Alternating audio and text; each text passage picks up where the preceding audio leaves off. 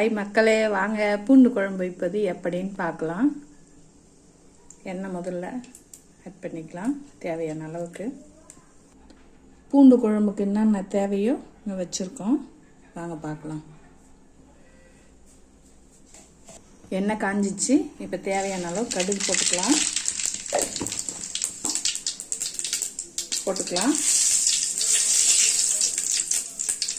வெந்தயம் போட்டுக்கலாம். ஒரு துண்டு பெருங்காயை கட்டி போட்டுக்கலாம். பச்சை கறிவேப்பிலை போட்டுக்கலாம். பூண்டு தேவையான அளவுக்கு பூண்டு போட்டுக்கலாம்.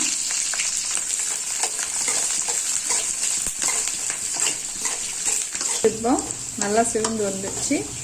இப்போ வெங்காயம் போட்டுக்கலாம்.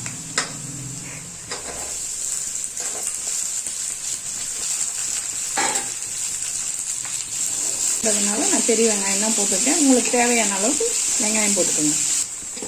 நல்லா வெங்காயம் வதங்கிடுச்சு. இப்போ தக்காளி சேர்த்துக்கலாம்.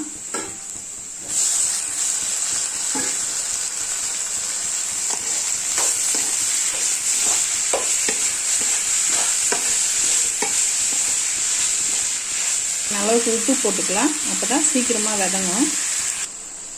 தக்காளி நல்லா இந்த மாதிரி கிரேவியாக வந்த பிறகு தேவையான அளவுக்கு மிளகாத்தூள் போட்டுக்கலாம்.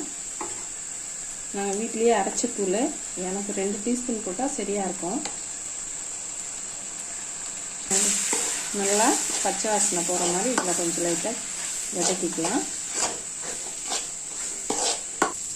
தக்காளி நல்லா வதங்கிச்சு. மிளகாத்தூள் போட்டதும் நல்லா வதங்கிச்சு. இப்போ தேவையான அளவுக்கு புளி தண்ணி, ஒரு எலுமிச்சை சைஸில் புளி எடுத்து கரைச்சி வச்சுருக்கேன் நான்.